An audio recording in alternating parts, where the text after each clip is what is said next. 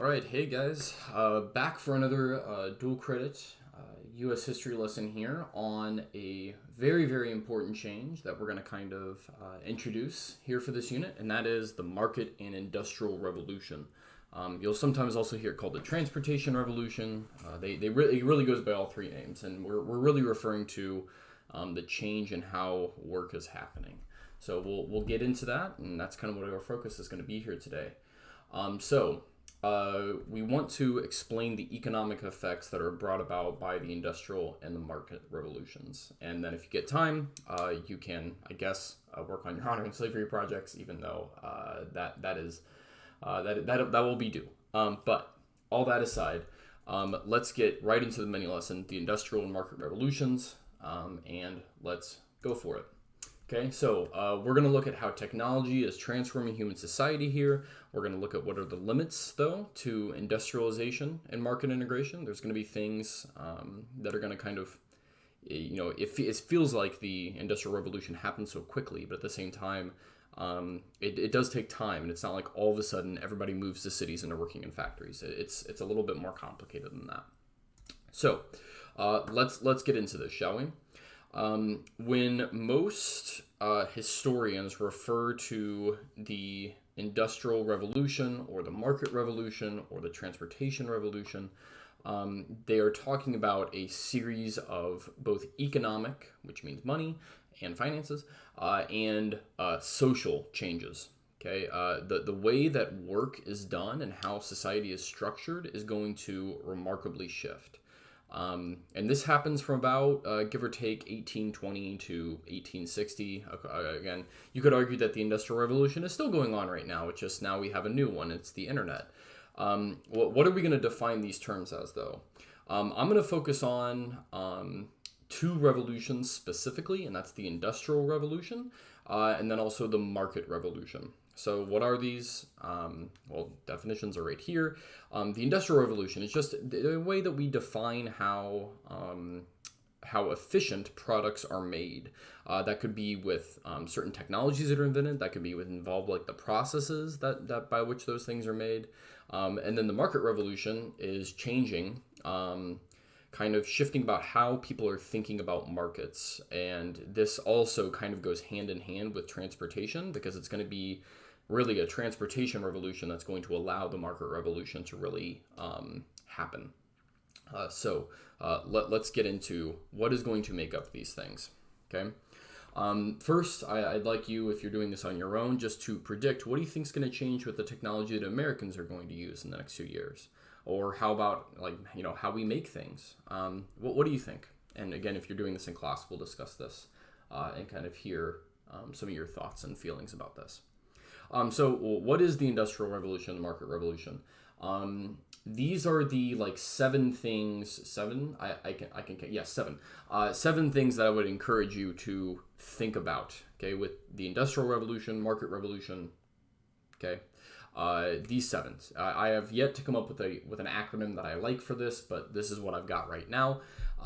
So state-sponsored capitalism, transportation revolution, immigration, cheap labor, okay, these two will go hand in hand, gender and the organization of work, and then mass production, okay? So let's get to it, okay? The first thing that you need to understand is that the Industrial Revolution happens in a context where the environment is very, very business friendly, okay? So throughout the 1800s, it's not like all of a sudden people just wanted to start industrializing. There had already been, merchants and people who were starting to create some of the earliest, what we could maybe call a factory. But the U.S. government helps make this possible. And there's a big word that you're going to want to know, and it's tariffs, okay? A tariff is a tax on foreign goods. So what this does, okay, the U.S. government puts it in place, and then who pays this tax is the American consumer. So by making these foreign goods more expensive, the idea is that you encourage people to buy domestic goods. And then what does that do? It helps out domestic industries. And there's going to be a whole bunch of tariffs in here that we're going to talk about. 1816, the 1828 one is especially notorious. We'll talk about the Tariff of Abominations later. But you have to understand these tariffs do come at a cost, and that is for farmers, especially those in the South and the West, who rely on imported goods, especially from overseas. Okay, so again, if you're a farmer, you have to think about all the different things you have to import, right?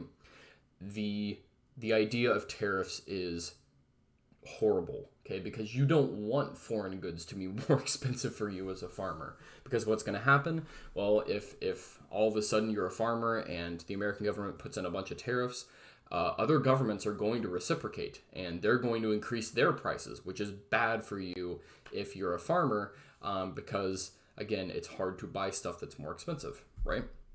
All right, so let's kind of again notice the U.S. government is helping out here. Okay, that's kind of the whole point. Let me go back. Also, okay, note here, state-sponsored capitalism. The U.S. government is helping out businesses. This should sound very familiar to mercantilism, and that's because it is. Hey, look at that. It's coming back to haunt us. Okay, so the transportation revolution. This is really going to be the catalyst that is going to get this whole thing going. Okay, new technologies, many of them adapted or stolen in some cases. So like the steamboat was from England.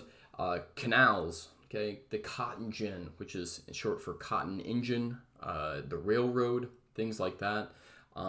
It seems to happen slowly, but it does in the span of like all of human history, right? Humans have been around for about 7 million years, or 7 million years. 40 years is like going to result in some pretty remarkable changes.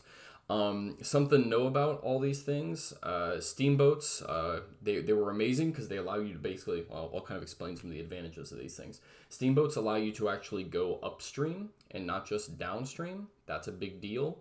Also, just fun fact, people, because again, this is like the NASCAR of its times, really like to race these things.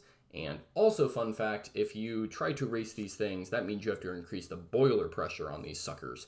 And that results in a lot of explosions and a lot of steamboat deaths, which are pretty horrible. You can pull up tons of things about them. Canals, Indianapolis is going to even make its own canal. That is the canal that, by the way, you can go walk on downtown. There's lots of famous canals. Probably the most famous one's the Erie Canal. The cotton gin allows southern planters to process a stupid amount of cotton. Okay, and when this is something that I thought was always counterintuitive, but it makes sense because you have to think about it from a business standpoint. When the cotton gin gets invented, okay, and they can process cotton so much faster than by pulling the seeds out by hand, which is what the cotton gin does, you would think, oh, well, maybe that means that southern farmers won't need to use as many slaves. No. What they're going to do is they're going to be like, oh, so I can plant 5 times as amount of much cotton as I could before, and I can just use the cotton gin, so I'm going to buy even more slaves than I had. And the cotton gin is going to literally turn the South into just a cotton empire, which is going to have, again, some pretty devastating effects in the future. What else? The railroad. Okay, they don't start up real slow, like real fast at first. They're rather slow, but by the 1860s, they're really going. Okay, all this being said, though, these things are probably, I think we can arguably say, they are more confined, with the exception of steamboats, to the north. Okay, the cotton gin again is a southern thing, right? But railroads, canals, those kind of things, that's going to be a northern thing, and that's going to cause some issues down the road. But anyways, I spent too long on that slide. Mass immigration in the United States is going to be the other thing that's going to allow this industrial revolution to happen. So where are immigrants coming from? 2 countries primarily. From 1820 to 1860, it's kind of like the first big wave, is from Ireland and Germany. Okay, so this is where my family comes from. Hey, where do Germans go? They tend to move to the Midwest. The Irish, they tend to settle in urban centers in the east, Boston, New York, Philadelphia. Now, eventually, there is so much Irish immigration to the United States that they become 1 in every 3 adults in many of these cities that I just mentioned. The thing that also you have to understand, because again, immigration is all about push and pull factors, is not only are there the chance of jobs in the United States, which is a pull thing, they're being pushed out of Ireland because of the Great Potato Famine, which is, it was pretty terrible. Again, the industrial revolutions, plural, would not have been possible without this kind of labor, and you will see why here very quickly. Okay, but I wanted to show you this sign first. Okay. This is a sign in a storefront at this time. Help wanted. No Irish need apply. If they need so much labor in this industrial revolution, why are signs like these appearing across the U.S.? What's the problem with the Irish?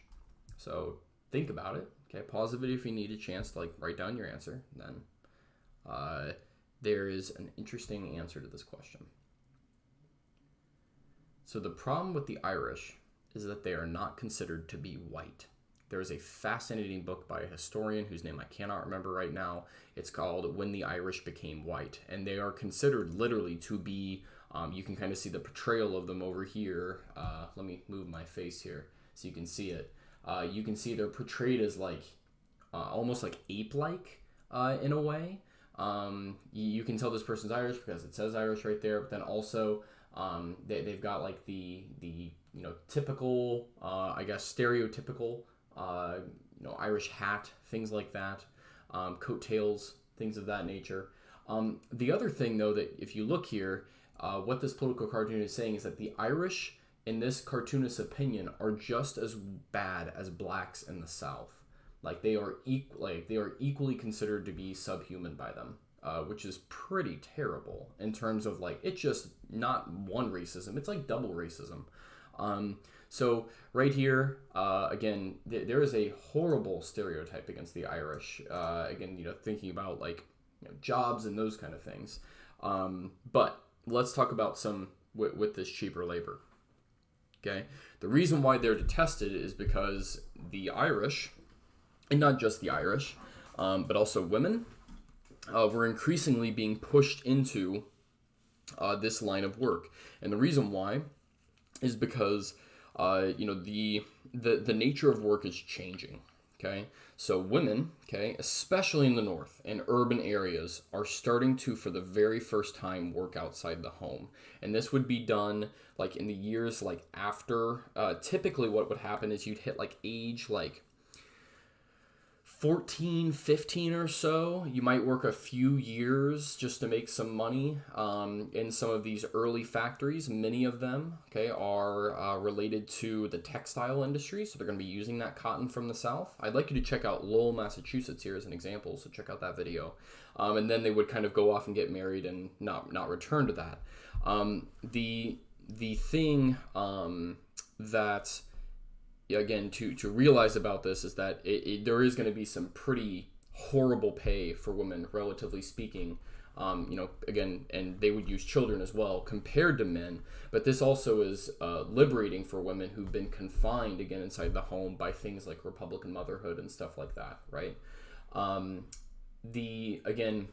just return to the Irish here one more time just because this is worth mentioning, is that the Irish, there's also a religious thing too, and that is the Irish are overwhelmingly Catholic. And again, American traditional Protestantism, especially with the Second Great Awakening, pushing ideas and stereotypes the Irish are always drunk, and pushing, again, remember the Second Great Awakening has a big temperance influence in it, right? So it's not just a racism thing, it's also stereotypes made about Irish culture. It has to do with religion. It's a very pervasive, it has to do with jobs. It's just a very, very kind of pervasive bias that's there. So let's talk about then how gender and labor is going to get reorganized. I just mentioned for the first time that women are going to be working outside the home. Well, it kind of happens like that at first, at the very end, but that's not at first what happens. That PHE, the patriarchal household economy, is going to get modified or just utterly mangled over time. What's going to happen? Well, at first, businesses that are again, beginning this slow process of industrialization, what they're going to do is they're going to take, let's say you manufacture shoes, right? This factory does. But you need like the tongue of the shoe to be made, or like the sole of the shoe to be made. And so what you would do is you would do what's called outwork. And this factory would send products to people at their homes. It would have them, make the sole of the shoe, and then it would ship it back to the factory for the entire thing to be assembled. Okay, and that's called outwork. That's kind of like the half step. It's like diet factories, if you want to think of it that way. But then factories are the next step. Now, why is a factory made? Like, why does this happen? Well, as a business, okay, it's much faster and more efficient if you can concentrate all the labor in one location. Okay. Again, Lowell, Massachusetts is an excellent example of this. Again, you can pay women and children less, so that's why they employ them. But the thing that I would encourage you to think about is this is going to change how work is thought about, and the nature of even what does it mean to be a part of the United States in a democracy. So back when we were talking about the Louisiana Purchase, Jefferson's vision for the country is that the key to democracy is land ownership for free white men. And again, that's like Jeffersonian democracy, right? The alternative now, though, that we see is that, well, it's not about land ownership anymore. No. What regulates your clock in terms of you working is not the sun. No, it's going to be like clocking in, clocking out. It's going to be the notion of time, where now clocks become really relevant, and it's not how much product are you selling, it's your wage. It's like you're making a wage. And that's going to change how you think about your work, right? Like, let's say that you were a woman at home, making these beautiful, handcrafted shoes that took you, dozens of hours to make.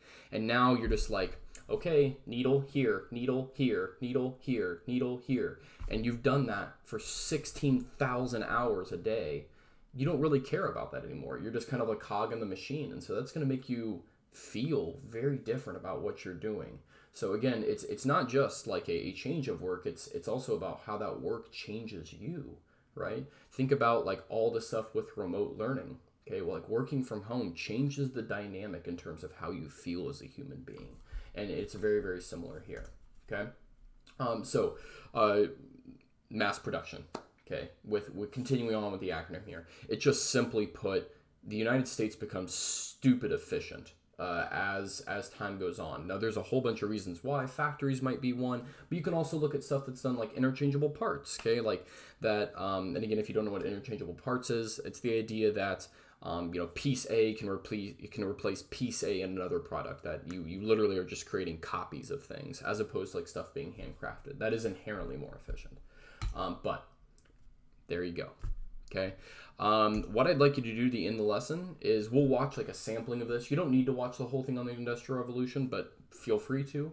And then, okay, there's one last thing I'd like you to do is take a look at some of these changes, these events, places, things that happen with the market and Industrial Revolution, and I'd like you to just learn more about it. We'll take 5 minutes in class, and I'll have you probably pick one of these. The cotton gin, canals, the national road, steamboat, railroads and trains, the canal downtown, if you want to look at that. So check these out, and that'll end our lesson. Okay, so I will see you guys in our next kind of set of lessons. We'll be heading on to some Andrew Jackson things. So see you later. Bye bye.